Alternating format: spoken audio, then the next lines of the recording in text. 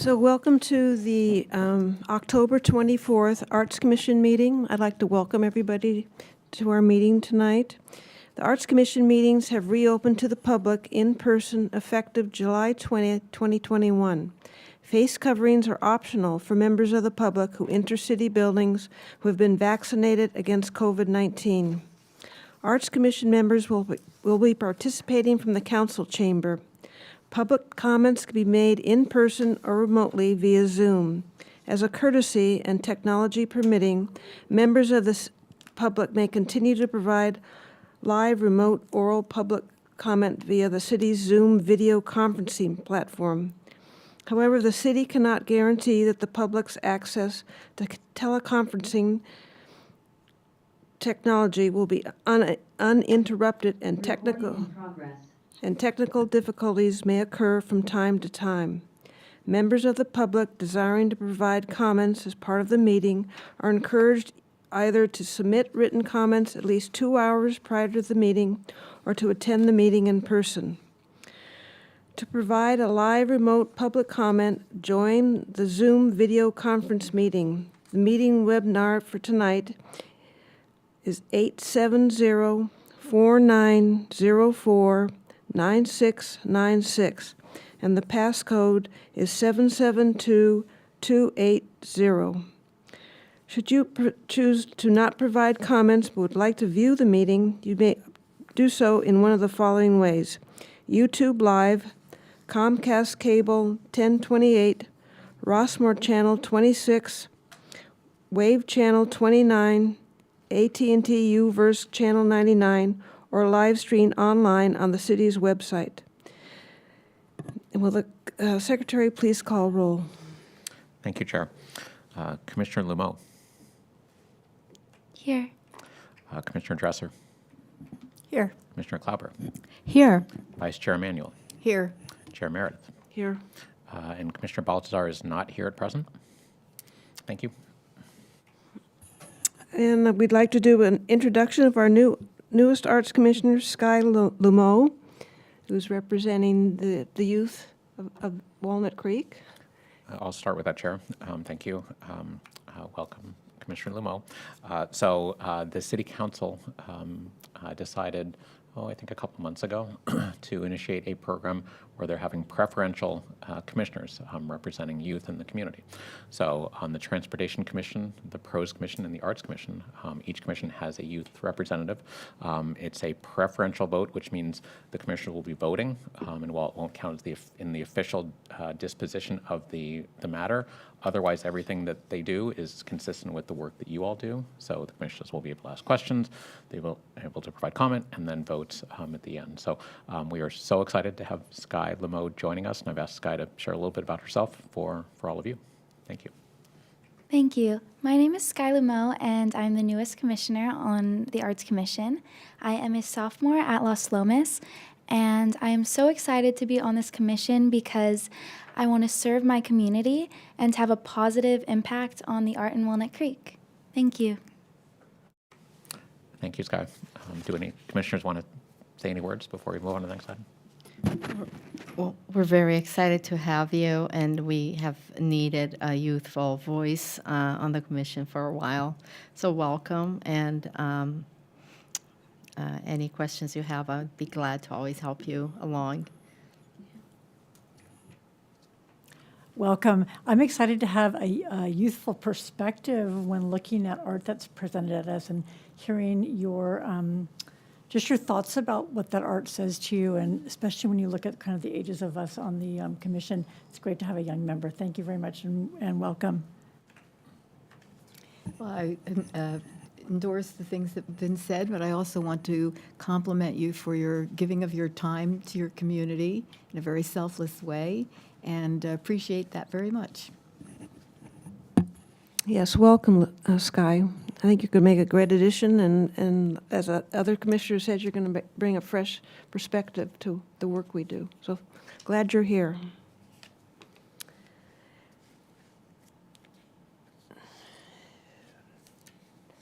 Is anybody from the public that would like to make any comments?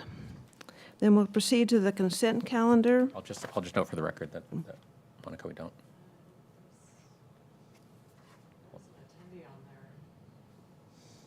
Is the hand raised? Okay. So at the moment, we don't have any public comments. Okay. Thank you, Chair. So we'll move on to the consent calendar. Do any of the commissioners have any questions on any item on the consent calendar? There's 4 items. Commissioner Manuel? Yes, on the Leisure Center report, I do have a question.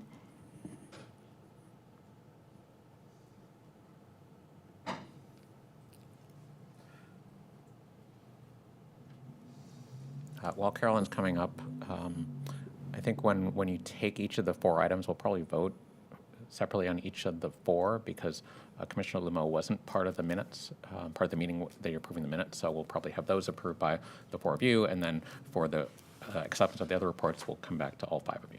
If that's All okay, right. Chair. So do you want me to wait on my No, go ahead. question? Oh, okay. Thanks, Carolyn. I was looking at the number of tickets and the number of entries and that sort of thing for the recent past, and of course, we're still in a comeback mode. But I wondered if you've had conversations with other similar programs to see what percentage of comeback we've got compared to other places, and whether you're comfortable with where it's at. I haven't looked up Carolyn Jackson, Leisure Center General Manager. Are we? On. There we go. Carolyn Jackson, Leisure Center General Manager. Thank you for the question. We have been looking in terms of center rep because that's a producing company, how we're tracking against others, and it's very much 50 to 60% unless you have a really big name, it's a Broadway musical or something like that that's drawing big crowds. Looking at Leisure Center overall, again, very hit and miss. We have some producers that are sellouts, and they're doing very well. We have other producers that are still under what they have historically done. So we're seeing, it depends on the audience, it depends on the program, but it is steadily increasing. So we do feel like we're on a positive trend. Good. Thank you. Welcome. Any other questions of the commissioners? Next, then we have the call for a motion for, And Chair, if you'd like, sorry, you could call for a motion on items A and B, and then separately for C and D. okay. So would somebody like to make a motion of the approval of the minutes of August 12th and August 15th? And we could do that in one motion. I'll make a motion. I'll make a motion to approve the Arts Commission Public Art Retreat minutes of August 12, 2022, and a motion for approval of the Arts Commission special meeting minutes of August 15, 2022. I'll second. Okay, I'll call the roll. Commissioner Klauber, Yes. Vice Chair Manuel, Yes. Commissioner Dresser, Yes. and Chair Meredith. Yes. Motion carries. Thank you. And now we need a motion for the acceptance of the Public Art Annual Report 2021 to 2022. Somebody like to make a motion? I'll make a motion for the acceptance of Public Art Annual Report 2021 to 2022. The second one and the fourth as well. You could do them both together if you'd like. Okay, and also a motion for acceptance of the Leisure Center Annual Report of 2021 and 2022. I'll second. Okay, thank you. Commissioner Lumeau. That's it. If you want to vote aye, you can vote aye. Aye. Okay, very good. Commissioner Klauber, Aye. Commissioner Manuel. Aye. Sorry, Vice Chair Manuel. Aye, thank you. Commissioner Dresser Aye. and Chair Meredith. Aye. Motion carries. Thank you. So on the next item on the agenda is for commission consideration is the revisit of the Public Art Strategic Plan. At this time, I invite staff to provide the presentation.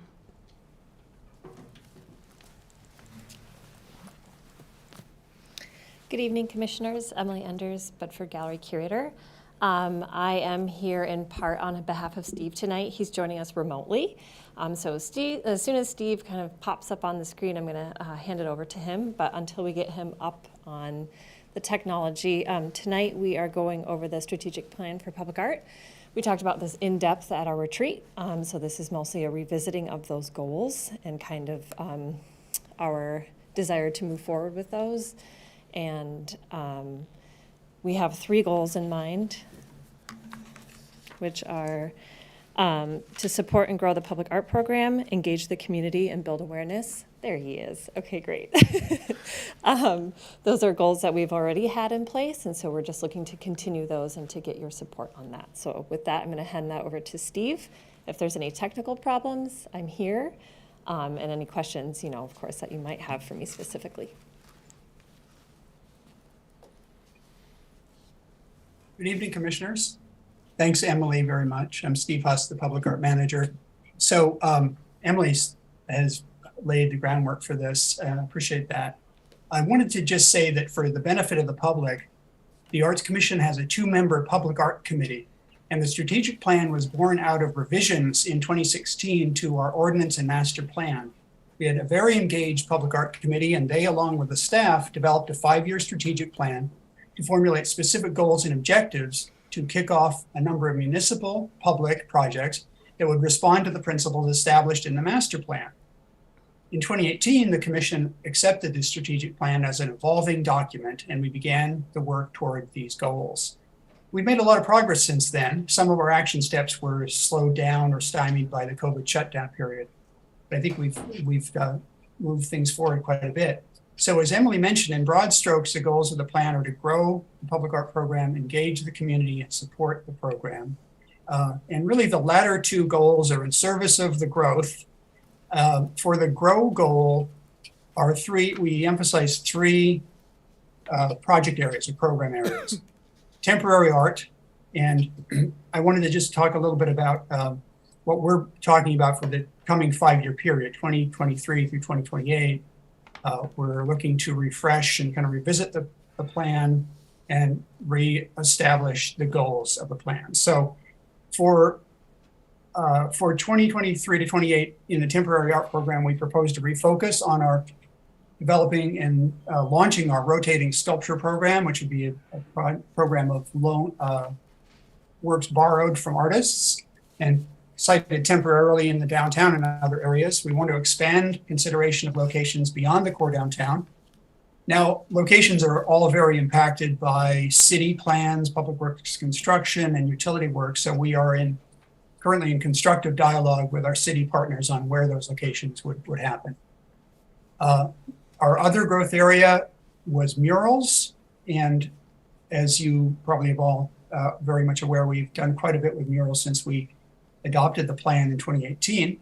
We propose to expand the program on city properties outside of downtown as well as inside downtown. For example, the Tice Valley Gym is a mural project we've been talking about for a couple of years. We expect to get going this coming year.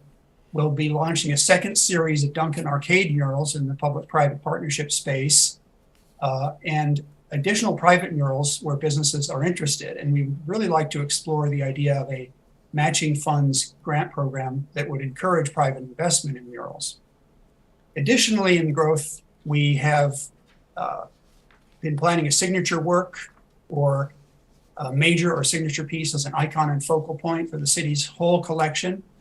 And we were working on that for Rudney Plaza. We've now dissolved the project for Rudney Plaza, but we are keeping on the artists that we'd selected and continuing to explore the possibilities with this artist, Mark Fornes. And we will all be working together, staff and the commission, to explore alternate sites for that. In the area of engaging, we will continue to grow the social media outreach component of our public art program, and we will build out our public art walking tours and audio tours with the new works as they enter the collection. In terms of support, we will be evaluating staffing needs to further support the program, seeking ways to diversify funding beyond just developer contributions to the Public Art Fund. And one of those things will be a proposal we'll bring to the commission to recommend city council approval of an elective annual minimum contribution to the Public Art Fund of $50,000 per year. So to step back a month or two, in August of this year, we had a public art retreat for the Arts Commission. A large part of the day was devoted to review of the strategic plan, how it came about, and how much we've accomplished so far. And we promised to return to a regular meeting of the commission with this item agendized, so commissioners have a chance to comment after having had some time to think about the plan since our retreat. So tonight we're requesting that you review and reaffirm the priorities of the strategic plan for the next 5 years, and take a vote to that effect following your discussion and your comment.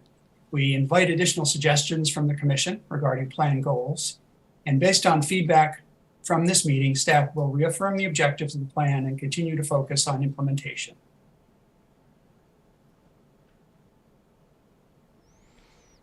Thank you, Steve. Do the commissioners have any questions for staff? Commissioner Dresser? Hi, Steve. Can you expand a bit on the rotating sculpture program, which is super exciting to hear about? I know at our retreat we heard from Glennis Cowdery about the sculpture program that's happening up where she moved to in Washington, and that sounded phenomenal. And I'm wondering if this program is something like that, or you're envisioning this to be something like that? Absolutely, Commissioner Dresser, glad to answer that.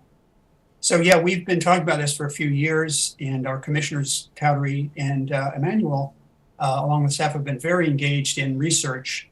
So quite a few cities have a program like this where they are borrowing work temporarily and displaying it in locations around the city. There's a lot of advantages. Obviously, the city isn't needing to purchase every single piece of work that is publicly displayed.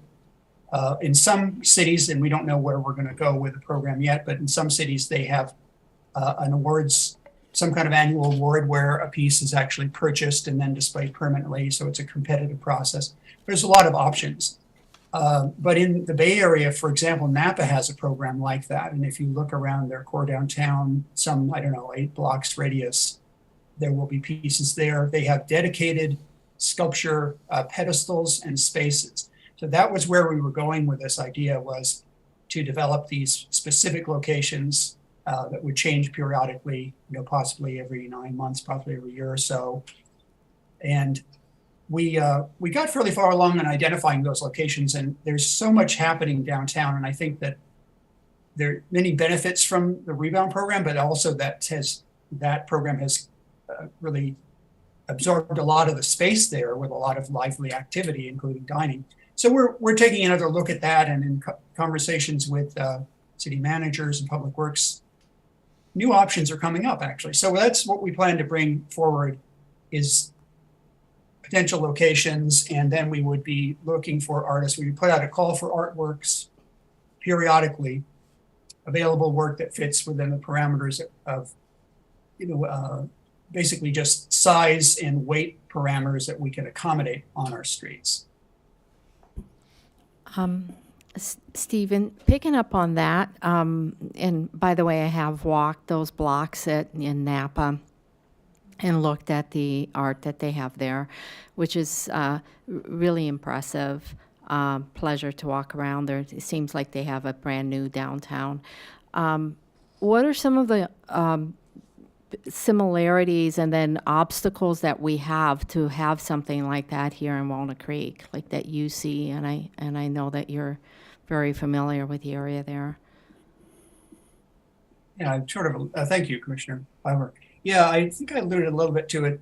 I think just logistics and the space issues are actually kind of interesting here. I wouldn't say that Napa doesn't have those as well, but as we look at it, I think it's really just finding opportunities for places in our downtown where the work will really pop and be very visible and really stand out and make a difference.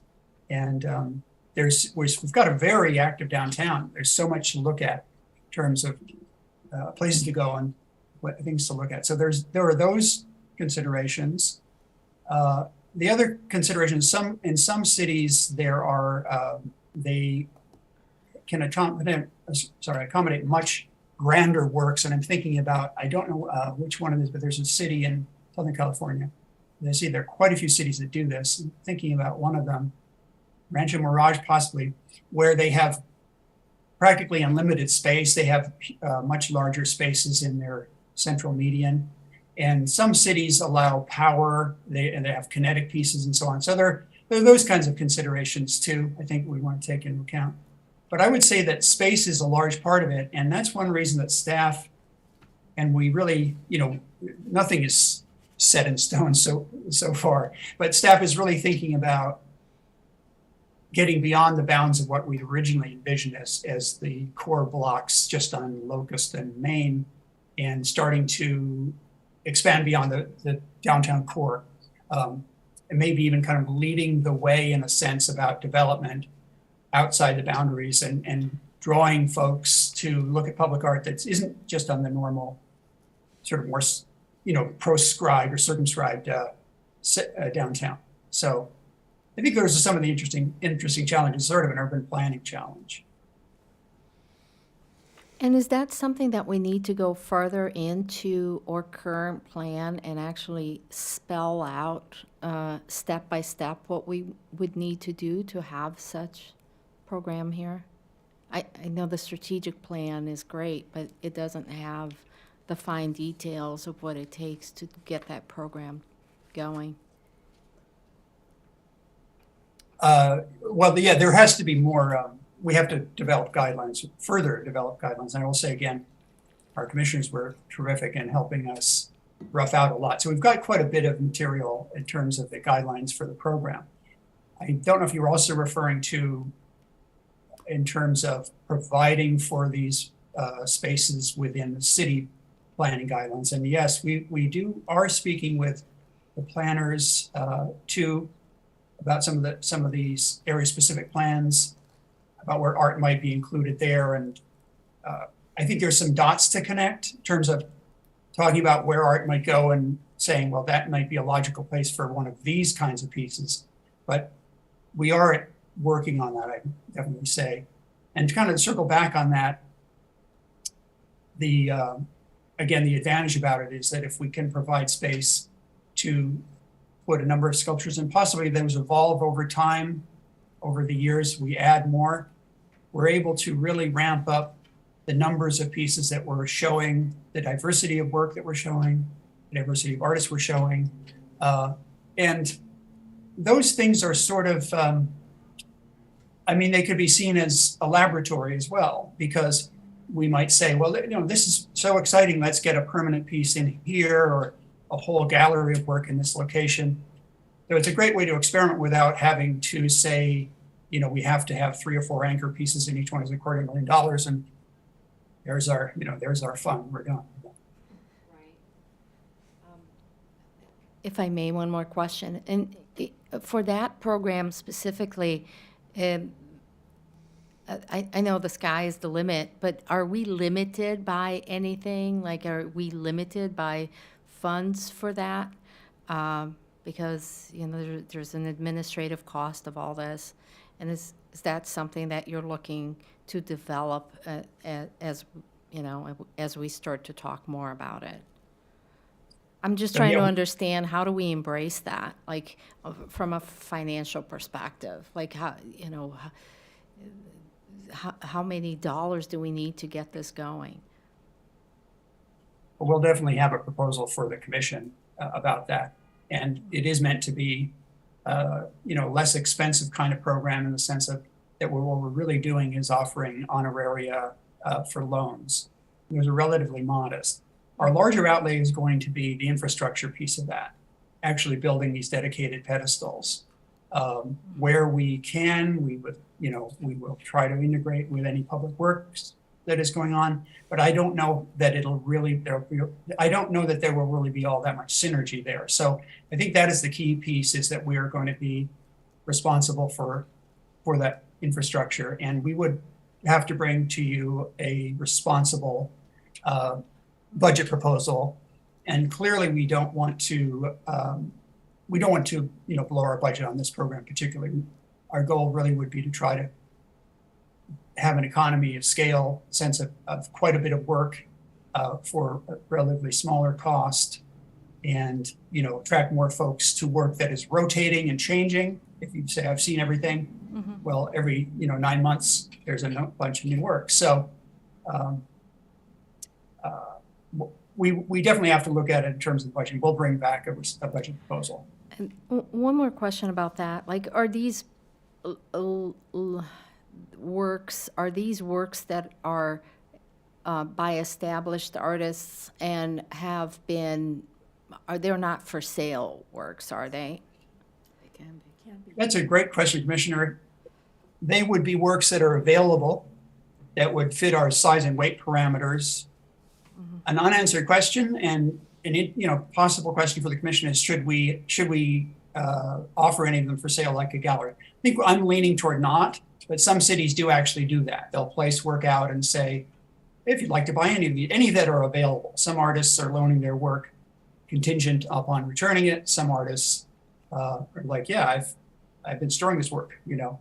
It was only shown at Burning Man, and I am not selling it. So that's a possibility as well. I would just hesitate to do anything that's going to take a lot of additional staff investment in terms of being sales agents. Right. But I really have to defer it, and I would have a conversation with our curator about what happens at the Bedford, for example. Commissioner Dresser? I want to piggyback on that question, which I was going to ask also, because I know that Glenys Cowdery talked about the program in Bellingham. Is that where she lives? Bainbridge Island, that they are selling the work, and that raises money, I think, for their public art fund. And that was very intriguing to me, that it was basically self-funding if you were selling the art. So interesting to hear your thoughts about that, and we'll see where we go forward on this as you delve more into it. The other question is, if we're not selling the art, and we're not renting it, you're saying the artist will actually just lend it to us for a year? That's correct. Wow. And If it is it helps any, the I don't know if artist? it helps. I'm sorry.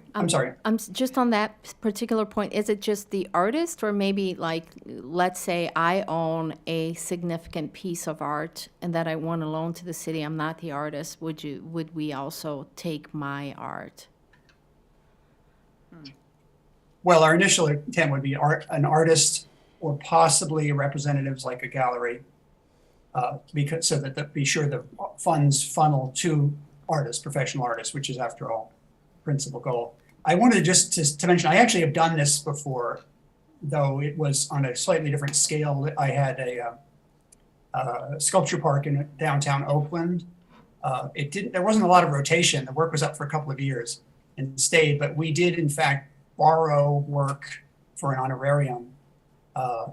There was some thematic connection, and the artist lent them. And we had one, I think we commissioned one new piece for that site. So I do have some experience doing it, and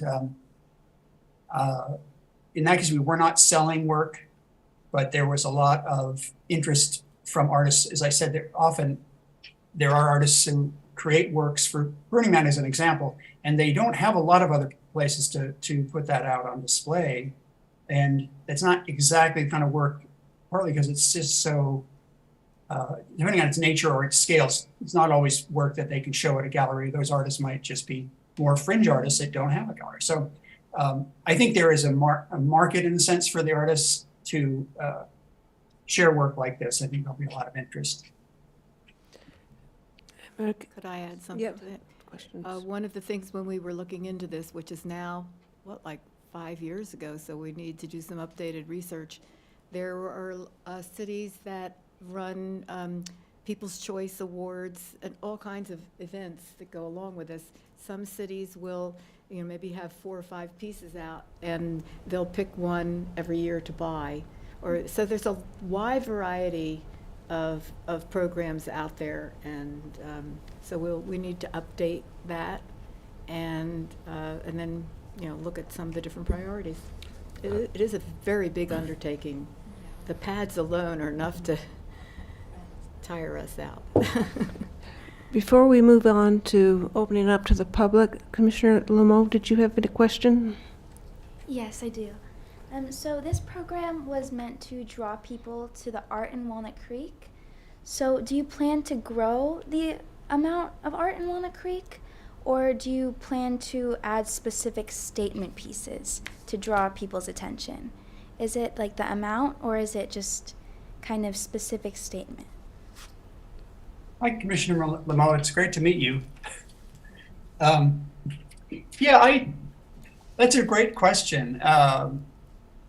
I would say, really, our intent, I think, really is to expand the collection with more works that would draw folks there, and to also have the variety and the rotational quality, so that actually our city's I have to say, our collection grows pretty quickly, and there's always a lot of new work to look at. But that was one of the key goals, is to have quite a bit of work out that will change periodically, that it'll become a tradition in our city, that visitors, locals and visitors, will come to take a look at that work. And there's really no limit to what we can do around that in terms of, as Commissioner Manuel talked about, an awards program, potentially, possibly a public vote, artists, speaking engagements, events, all sorts of things that could happen there. So I think there are many different aspects of how it could draw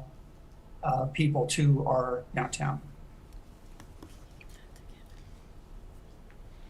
Are there any more questions?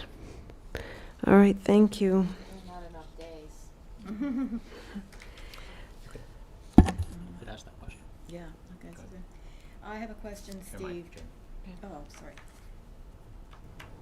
Steve, I have a question regarding goal number 3 with the support for the public art program on the elective annual minimum contribution of $50,000 to the public art fund. So I remember that historically the council was putting in $100,000 each, I think, 2-year budget cycle, and then that stopped after a couple of years. And then when we revamped the public art master plan, at some point recently, I thought we had not opted for the elective annual $50,000, but that there was a required contribution of $10,000 minimum per year. Is that still in effect, or am I under the wrong understanding on that? I wonder if I could kick that to our director, because I'm not sure about the answer. I'd have to look at what the master plan says. Regardless, and this was a recommendation from the commission, is that there be a required contribution to the public art fund. The council at that time determined that there would be elective based on the recommendation from staff and the commission, but it would be at the discretion of the council. So regardless of the amount, that there isn't a required contribution to the public art fund, but we could find out what the recommendation was in the master plan for you. Thank you.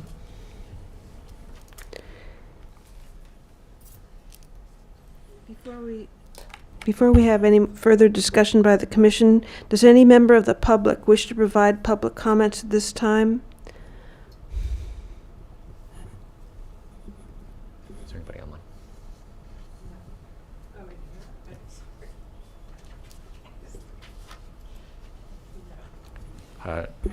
Chair Meredith, we don't have any public comment at this time. Thank you. Therefore, since we don't have any members of the public wanting to provide comments, I'm sorry. Since there aren't any comments from the public, I'll take it back to the commission for any comments or any more further discussion now. Would you like to go first? Commissioner Lemo? Hi. So you mentioned how you wanted to make this temporary art program a tradition in Walnut Creek, and I really like this idea because Walnut Creek is already an extremely walkable city, but by cycling art just periodically, I think that it can make it even more entertaining to walk through, along with seeing like just the aspects of downtown. Just seeing art and it changing is just really great. I think that'll be a great idea.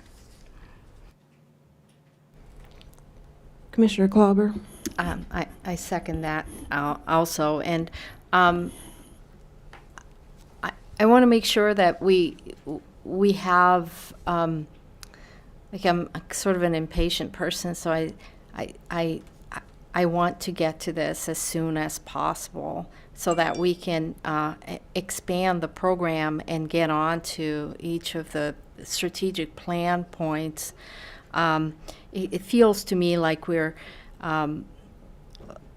got like held back by COVID and the pandemic, and but there is this energy out there, and I think we need to grab onto it and to make this happen. And there are several.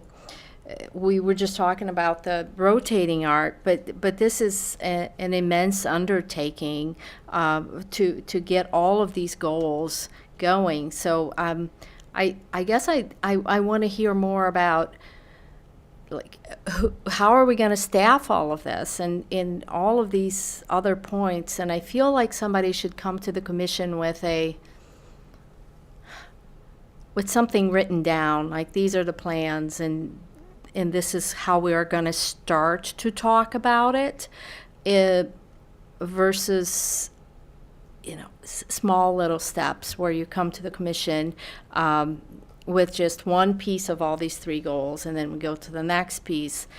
I'd like to see a real plan written down so that we can then go to work from there, so that it doesn't take 5 years, so that it takes 6 months, as if our lives depended on it.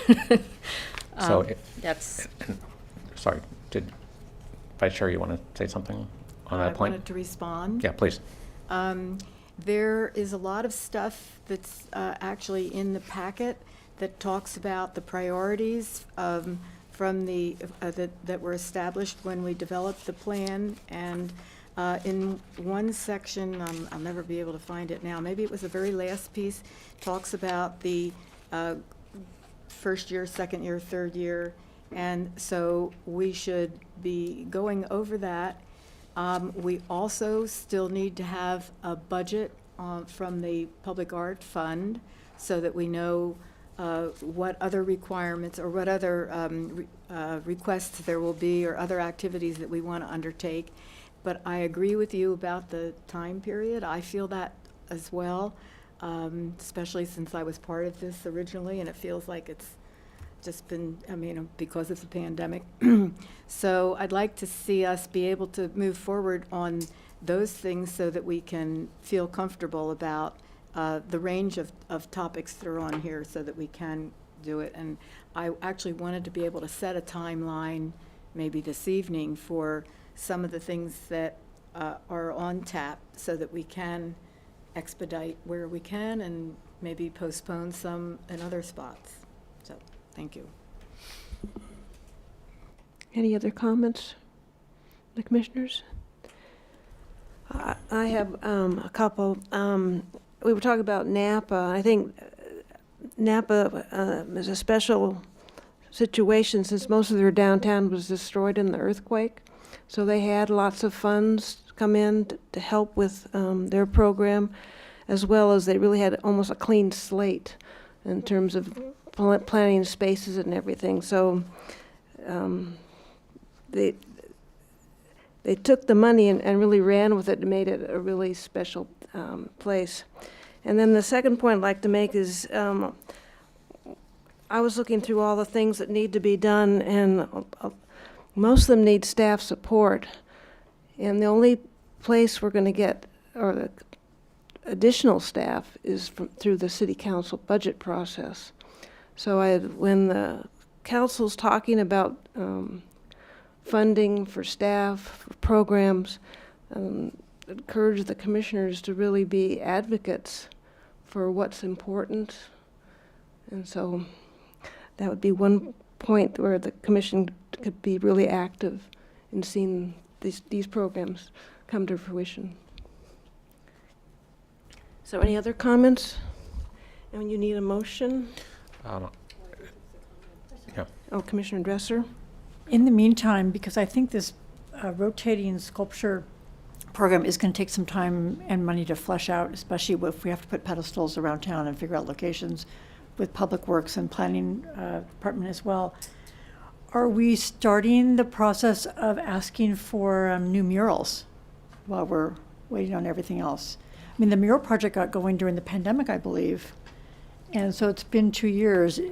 Are we putting out requests for new art right now for the mural projects, especially for Duncan Arcade?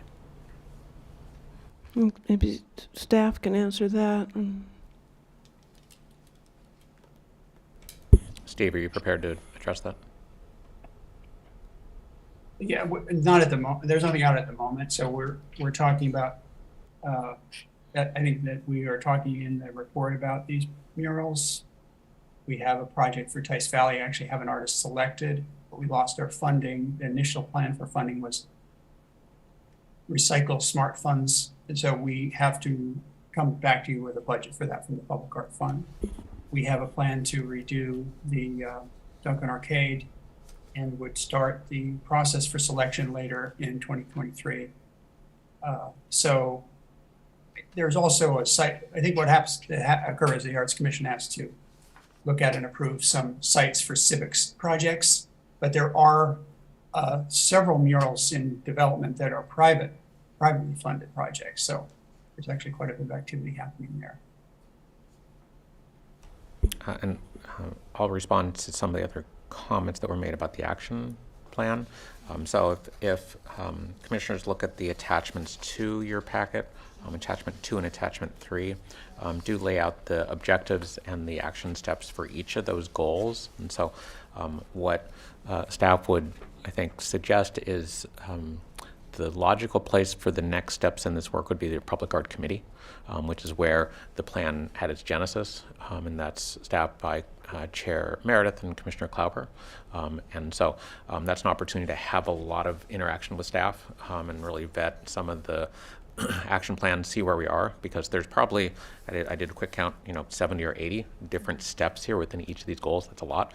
And so we can talk about what are the priorities, bring those back to the commission and have a fuller discussion about some of those plans so we can see which ones we want to tackle in year 1, et cetera. So we look forward to that opportunity to have that dialogue with the committee.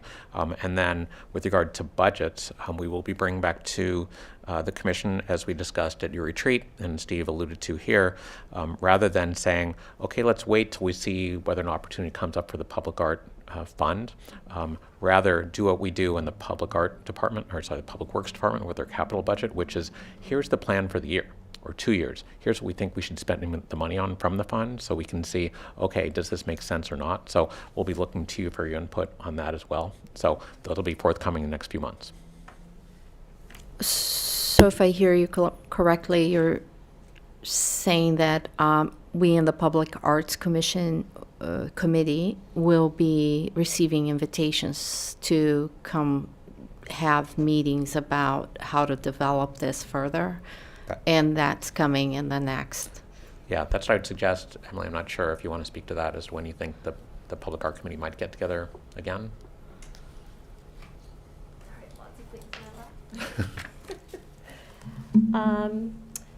That's a conversation that Steve and I need to have. However, we are in the budgeting process as a city, and we are beginning those conversations now.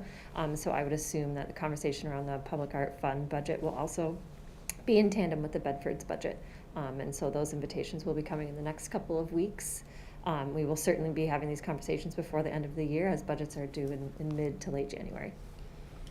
And then what staff is also hearing is there's interest in the rotating sculpture program. I think all of you spoke to that. And so we hear that. And so there's opportunities for us to take that back and say, okay, this appears to be something that the commission has interest in. So how do we make that happen both within our realm and then work with Public Works and City Manager's Office and planning and all that. But that's an exciting opportunity. Yeah.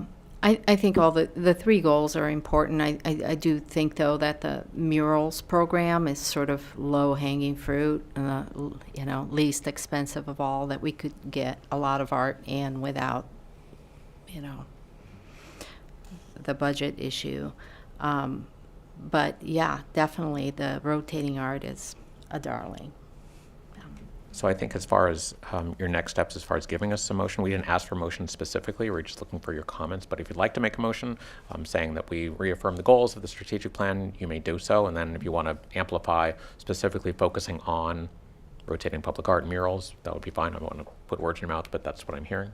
So whatever you'd like to do. But again, you don't have to make a motion. We're just looking for your comments. But if you wish, that's fine. I can go ahead and make a motion if you guys. So I make a motion to review and affirm priorities from the 2018 Public Art Strategic Plan for the next 5 years of the Public Art Program, with emphasis on the rotating art program. And did I also hear you say murals? And murals, for sure. I mean, right. I feel like it should take 5 minutes and come back with a new motion.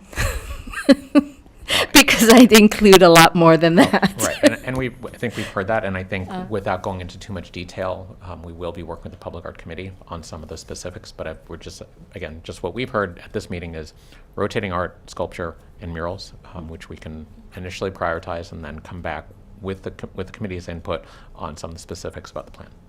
Thank you. A comment? We have three main goals in that, and I don't want the signature piece to be ignored. So I am really not in favor of a motion.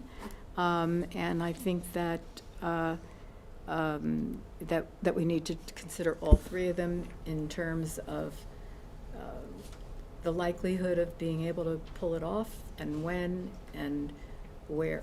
Sort of look at the whole thing as one big effort, but not to the point where we lose the sense of the timing. We really need to be able to move, and I can favor working with things that are easily implemented, but the signature piece is important.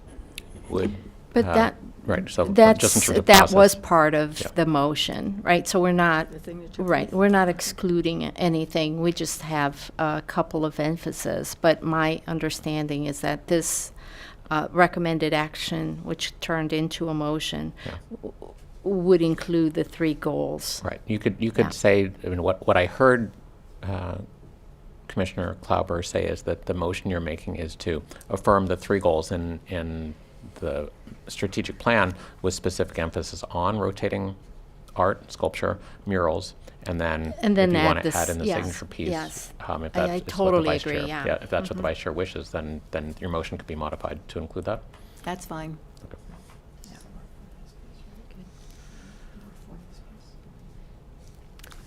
So we So have a you- motion. You just need a second. Would somebody like to second? I'll second it. Okay. Commissioner Limo, Aye. Commissioner Klauber, Aye. Commissioner Dresser, Aye. Vice Chair Emanuel, Aye. and Chair Meredith. Aye. Thank you. Motion carries. Well, thank you to staff for putting this together. It's very helpful, and I think it's stimulated a lot of good discussion and moving steps forward. So our next item are reports on projects, and the first is the Public Art Projects Report from staff. Again, I'll take that. Thanks. Thank you, Chair. So, reporting on projects, the Trinity Center mural was approved by the Art Commission just at your last meeting in August. It's already completed. It was on schedule. They painted it in September. It was painted by Trent Thompson with young adults from the Transitional Aged Youth Program at Trinity Center. They have scheduled one unveiling for the mural next Tuesday, November 1st at 3:30 p.m. That is open to the public. They welcome everyone. Mayor Francois and 3 council members actually are scheduled to attend the meeting, their unveiling. And of course, commissioners. As a reminder, it's on the corner of Locust and Lacassie across from the Target parking lot, and it is on the property of Walnut Creek Honda, which is a partner in the mural project. Regarding the Veterans Memorial Plaza project, also at your last meeting, the commission approved by majority vote artist Cliff Garton's proposal to replace approximately 90 birch trees with half as many ginkgo trees in a new configuration. We are currently working with Cliff on fitting his tree placement to the lighting that exists, and that plan is pending. Wanted to mention the rebound murals. The program commissioned 3 murals on private properties downtown for the rebound temporary program in 2020. One of those has been moved to Civic Park Assembly Hall. One is on the CP Frames building, and one is on the Sasa Restaurant outdoor dining area. I bring it up because the city, we want to keep these murals longer, more long-term than the rebound program, which was extended with an urgency order, but will end soon. So since they were not approved by the full Arts Commission, they went through an expedited selection and review process.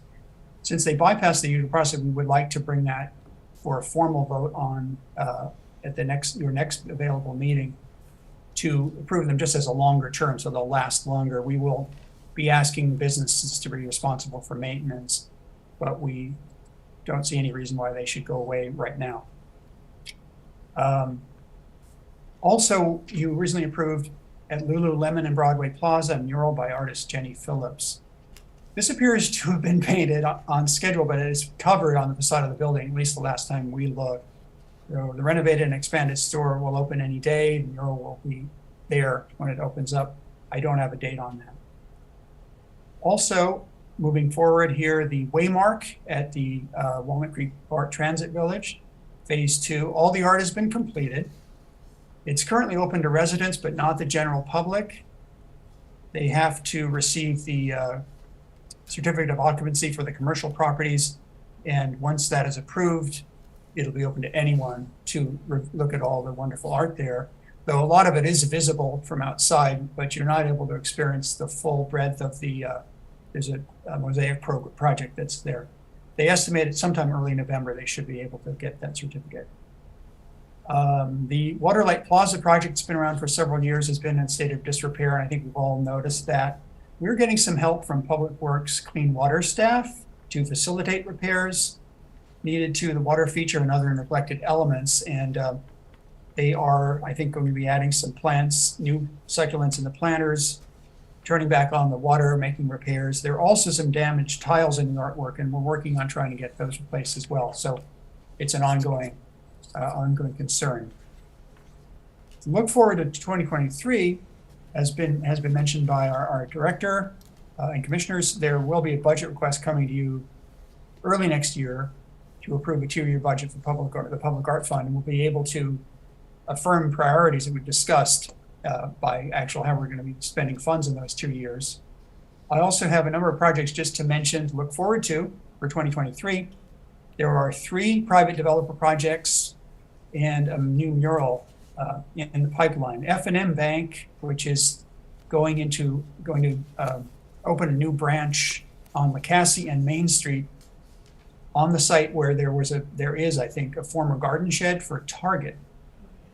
They are going to be building a branch, and there is a percent for art. They have contacted us, and they are considering on-site art versus a in lieu fee. They have not decided on that yet, and the budget is to be determined. I don't have a number yet on that. 2 projects I briefly mentioned in the past, 1220 Rossmore Parkway, an assisted living and memory care project, is looking for artists. We expect that there should be a review next spring coming to you, and that budget is about $250,000 for public art, significant budget. 1455 Montego Way, a senior living facility near John Muir, is in development. We have been engaged, actually, staff has been engaged as the consultant to source the artist and the artwork. That is a very small budget, about $34,000. Pretty straightforward project the developer is looking for is sculpture in front of the building or on the building. And it is not a public facility, so it would have to be in the exterior. We will bring that forward for approval after they've looked at artists, made a selection, and we have a concept for you. Again, that should be sometime in the first quarter next year. And then the Rooted Coffee business, which is located at 1321 Locust Street, is interested in doing an elective mural. And I think they were inspired by the murals that they've seen happen on private businesses. Some of the ones I mentioned, as well as the Hot Boys mural. It is not a requirement, but they have an artist in mind, and we will have something for you to look at next year, and that would be another mural we would approve. That is the end of my projects report. Are there any questions, Commissioner Dresser? Steve, on the Waterlight Plaza, if I understand you correctly, Public Works is getting involved, looking at trying to turn the water on, doing some repairs, and we'll figure out how to maybe get the damaged tiles repairs and adding plants. My concern is that Public Works may get involved and add some things that are artistically inclined without any art commission or without any oversight by you or by Emily. Is there a way for what they're doing to before they actually install it or put it in for the two of you to see it and approve it? Commissioner, maybe I can clarify my rather brief remarks. The Public Works Clean Water Program is simply helping us to apply some encouragement to the property owners to make these repairs and improvements. They have an interest from an enforcement perspective about the plaza. There won't be anything artistically changed. The elements of the water features and the tiles we would be engaged in that, and we would be talking with the consultants who would be talking with the original artists. So I'm sorry if I glossed over that. Okay, you mentioned plants though, and plants get put into planters, and based on some of the planters that are on the sidewalks in the city of Walnut Creek, that I don't know if they've ever gone through approval by someone with an artistic eye like you or Emily. I want to make sure that there aren't planters being put in there with plants that you or Emily haven't seen and approved. Well, it's actually not our purview to do that. Where our approval is limited to is what is defined as the public art, which is in that case the wall that is the tile art wall and the water element with that in the back of the planter plaza. There, I know that it is an amenity. The Waterlight Plaza is a public amenity that was approved by the city in exchange for other offsets that the developer did. So there may be some oversight there. That wouldn't be our artistic one per se, but again, Public Works Landscaping may be involved. I don't know. We'd have to refer that and find out. Okay, I'd love to hear more about that as it develops. Thank you. Any other questions? I have a quick question about the Veterans Memorial Landscape Plan. When will they put the trees in? Like, do you know if there's a plan? Is that, or has that already? I don't think that's already started. Commissioner, we don't have a schedule on that yet. We have got to work out where the lighting is going to light the trees. So that's one issue, because we have existing lighting there and the trees are in different locations. So we have to make a plan, have to work around the lighting plan. So that has to be established before we can start to plan. And if we wanted to comment further on the actual trees, who should we comment to if we have some insights regarding the more of the tree planting part? Well, I think you could, I imagine you could send us the comment. We could share that with the entire commission, but you could definitely address it to staff. Okay, thank you. Staff. And then there's no further questions for Steve. We'll move on to the Lesher Center strategic plan update assumes by Carolyn. So I've done this twice now while Carolyn's walking up to the lectern. You all know this. I sent you an email to this effect, but Carolyn has been officially appointed as general manager of Lesher Center. She was introduced to the city council last Tuesday to a full house, all of whom are here to hear her sales pitch for tickets, which was great. And so just wanted to officially, at this public meeting, acknowledge that Carolyn has been appointed, and we're very happy that she said yes to the offer to be general manager, and very excited for her to carry on the tradition established by Scott Dennison for the first 30 plus years of the center, and for Carolyn to continue that. So I'm very excited for her, and she'll provide you the updates, and I'm sure if you have questions, she'll be happy to take them. Thank you. I'm going to roll strategic plan and my program updates all together because they're all related. So we have been actively implementing the strategic plan since February when it was presented to City Council and received their support that we move forward. You've all seen some of our marketing that we've been launching under our new refreshed branding. We are very happy that the Bedford Gallery website launched recently, so we have both websites new and beautiful and redesigned and in brand and speaking to each other. That was a big part of our goal, was to make sure that the programming was integrated, even though they're two distinct sites with a slightly different look and feel. we've been really working on our movement to that multi-year planning process. So still, it's a journey. It's a journey to get from 1 year to 3 years. But we do have our 22-23 seasons, are all announced and locked in. We're now moving to 23-24 and starting to populate some of the ideas that can be further out in those plans. This current year, we're very excited to have the Headliners series launches November 4th with Lyle Lovett and John Hyatt. It's a completely sold out show. We're really excited to be starting with that one and to feel that energy. And then we follow that up on November 25th with Canadian Brass. And the Headliners series runs through next summer and includes some performances that are going to be part of our Fiesta Cultural in June 20th through 25th. It's a center-wide festival celebrating Latinx art. We're working with a small subcommittee of local artists representing visual art, performing art, and music specifically, helping us source some local artists to add to that whole mix of the 5-day festival. But right now we have Lesher Foundation, the speaker series will be presenting Ana Navarro.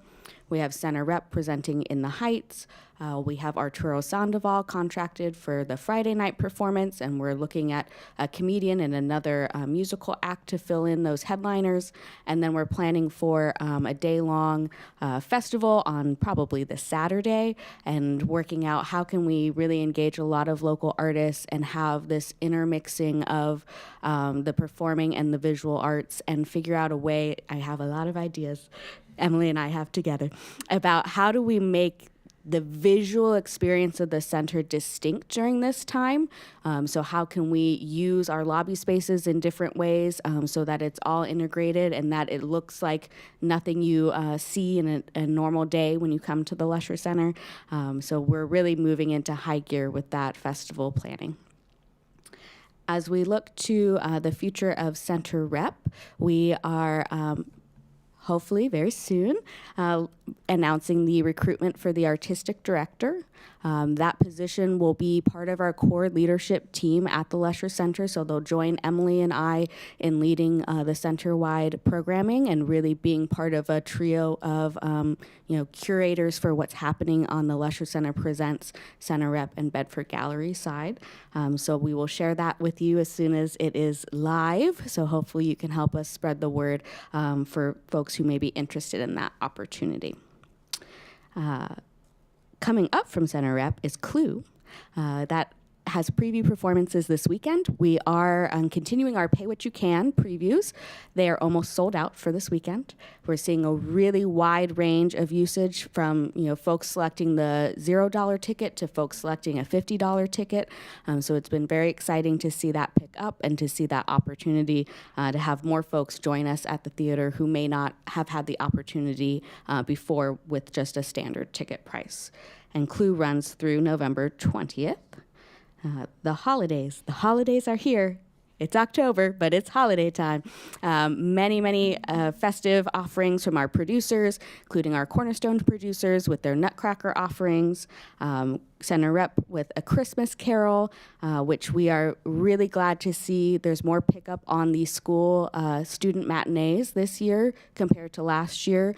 Last year it was very challenging for folks. We didn't even know for sure that we were opening and able to have A Christmas Carol last year. So to have that advanced planning to be able to see more students come is really exciting. And if you want a little extra joy in your day, we would love to have you join us for one of the student matinees to experience the student reaction.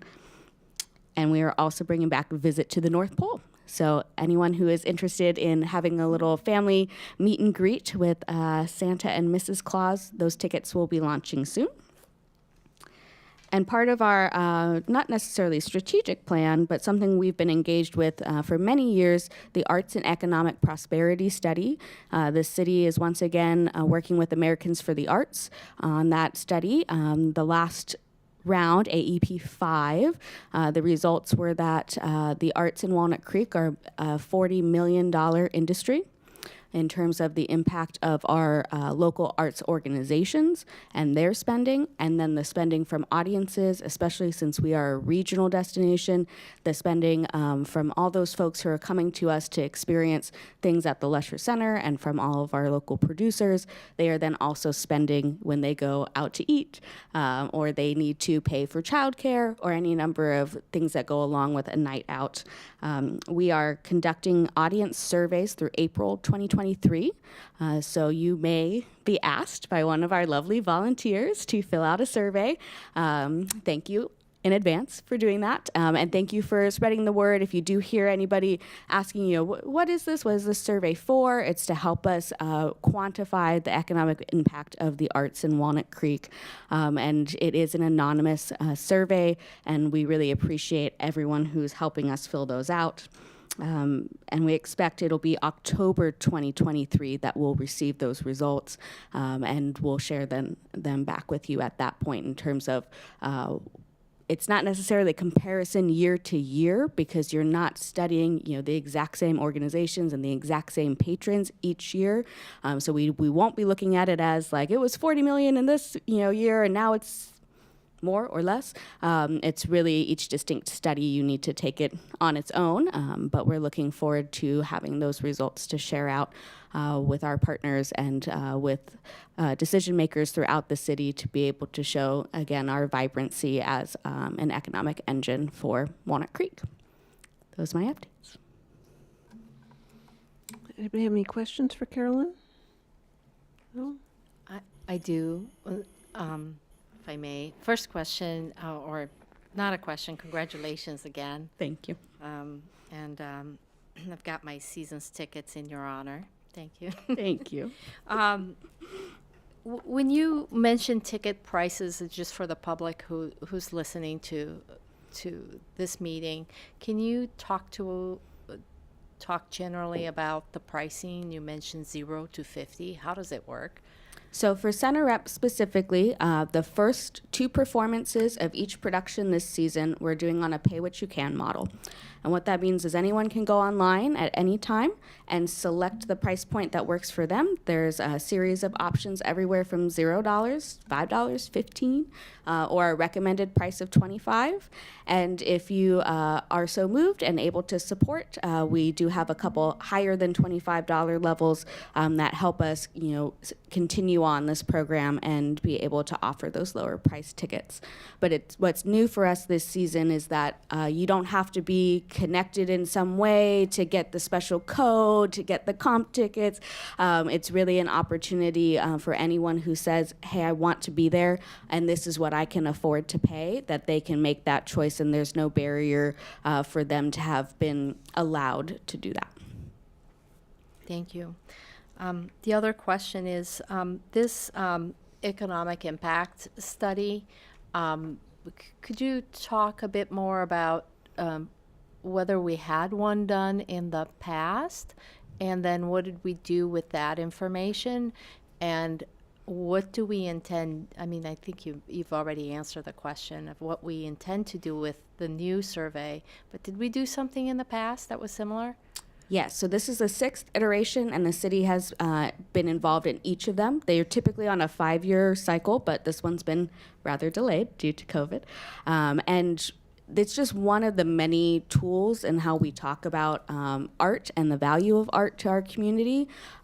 There are some folks who just react differently to a very clear statistical data versus those who are really engaged with the kind of qualitative aspects of art and the joy that it can bring you and the inspiration it can bring you.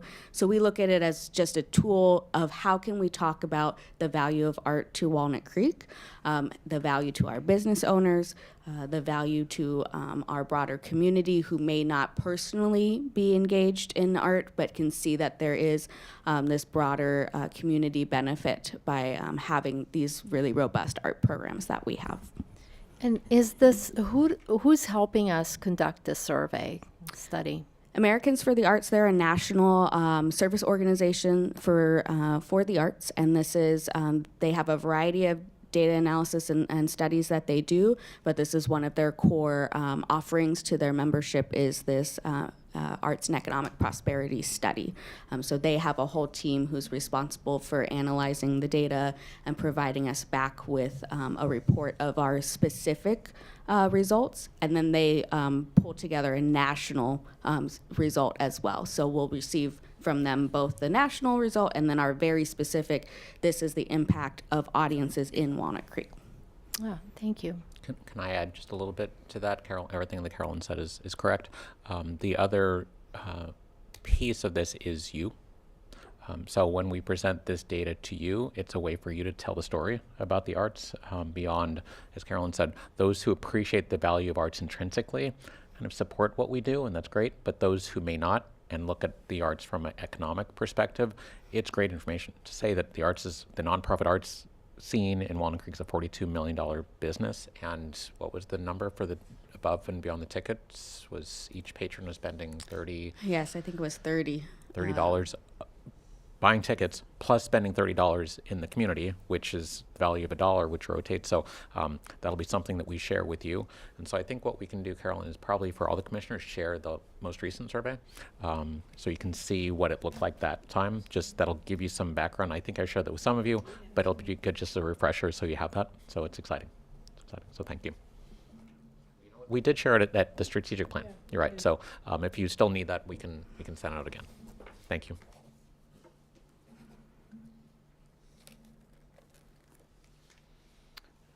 Anything else for Carolyn? All right, thank you. Next is staff's announcements and brief reports on activities. Back again. So I just have a few updates, Bedford Gallery specific. Craft Fest is back this year for the first time in 3 years. We're super excited. It's a community event free to the public. We have 28 vendors this year coming. They'll be spread out all around the gallery like usual, 10 to 5. Come buy all of your holiday gifts there. Also, it's a chance to see the exhibition, although there'll probably be crafters up around the art. So that's back this year. The Kelly Collection closes December 18th, if you haven't seen it yet, which I think most of you have. Stop by for your chance to do that before the end of the year. The last public art walking tour of the season is November 19th, and the last one we had in October had 40 visitors. That is a new record. Seems to be that every public art walking tour we set a new record, which is amazing and wonderful. So I appreciate your support on that. And then lastly, we have Erin Fong opening in January, which I know will happen before the Arts Commission meeting. So her opening is Saturday, January 14th. And the show is The Sensation of Color. So it's all about color theory, the way that color makes us feel, and how we react to that. And that's it for me. Yes. Emily, the social media has been excellent for not only for the show that you have up now, but for the Craft Fest. And as my husband brought in the mail the other day, he says, the only mail we have is junk mail from the Bedford Gallery. It was the Craft Fest postcard. I thought it was excellent. I was thrilled to get it. Oh, Where did that go? Did that go just to your mailing list? Did that go to everybody in Walnut Creek? I think it went to about 4,000 people. Okay. So everyone basically that we had a mailing address for in California got an invite to Craft Fest. Super. Great. Keep spreading the word. 'Cause I've been to them before, and you always want to see more people there. Yeah. I'm also really glad that you've moved the date into November from December to get hopefully a jump on people shopping early. Yep. Thank you. You're welcome. And Emily, remind the date for the Craft Fest is when? November 12th. So 2-ish weeks from now. Because that ties into what I'm going to announce. This is on behalf of Sandra Naughton, who's our interim program manager at the Center for Community Arts. There's a sale there too, which is called the the Handcrafted Holiday Sale, which is at the Shadelands Arts Center on Wiggett Lane. And that's happening December 3rd and December 4th, also free. So December 3rd, it's 10 a.m. to 5 p.m. December 4th, is 11 a.m. to 4 p.m. So this is work that's prepared by our instructors, our students, and some of the proceeds goes to the Clay Arts Guild and the Community Arts Foundation. So we're excited that we're also be able to host that. And just like Emily said, it's more than just a sale; it's community, and bringing people together who are doing the work, meeting people who want to purchase and learn a little bit more about their work. So it's a fun. Both of them are just fun. So looking forward to that. I talked to you about Carolyn. Steve talked about the opening or the unveiling of the mural for Trinity. You're all welcome to come to that. I don't think we need an RSVP for that. So please come if you can. And then there is a breakfast with the mayor this Friday, I believe. And so I don't know if the vice chair and chair are both be able to attend, or just the chair. I'm not sure if you've talked about that yet. Okay. So just FYI. So that's all for me. Thank you.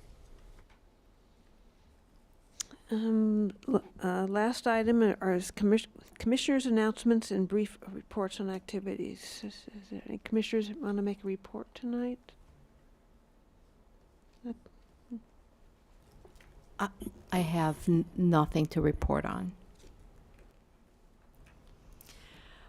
I'm thrilled to be back touring at the Bedford Gallery. Had my first class of youth last week, 5th grade from Buena Vista. We were kind of unsure what it was going to be like having kids back in the gallery, and they were amazing. I don't know if you're hearing that from all the tours, Emily, or not. Yeah, it was really excellent. And doing the art project in the gallery was very successful, although it's a lot of work to get the tables set up and the chairs set up and taken down again. I had an opportunity to fill in and give a public art walking tour number 2 in September, because our normal walking tour docents, Jane and Carol, were out of town. So I filled in with another docent, and we had a great crowd. And what we're seeing is repeat visitors who had been on the tour the month before when you had a walk with the mayor. And they came to the second one and they said, why are we seeing the same art at the Leisure Center? I said, that's where we start. It's okay. We're going to show you different art. Don't worry. And then I think I'm on for Public Art Walking Tour number 4 in November, my partial maiden voyage. I'm hoping that Jane will join me.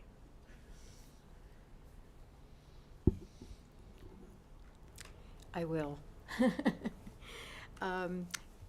Just a comment on the tours in the gallery. These kids are coming in having never gone on a field trip anywhere, and they're like 2nd and 3rd graders because of COVID. So they're coming in really ramped up and excited, and they say the darndest things. It's really wonderful. I just wanted to mention that Carol Fowler and I have been working on updating the docent public art walking tour notes, which has taken quite a while, I'm sorry, but it's just about done. And so we're getting all the new pieces in. So we'll be talking with you, Emily. Thank you. Anything else from anybody? Commissioner Just- Clauber? Just a thank you to my fellow 2 commissioners here to my left. Thank you for doing this job of the docent, and this putting the notes together sounds like a lot of work. Thank you. Well, with that, we'll adjourn, and we'll see you next meeting.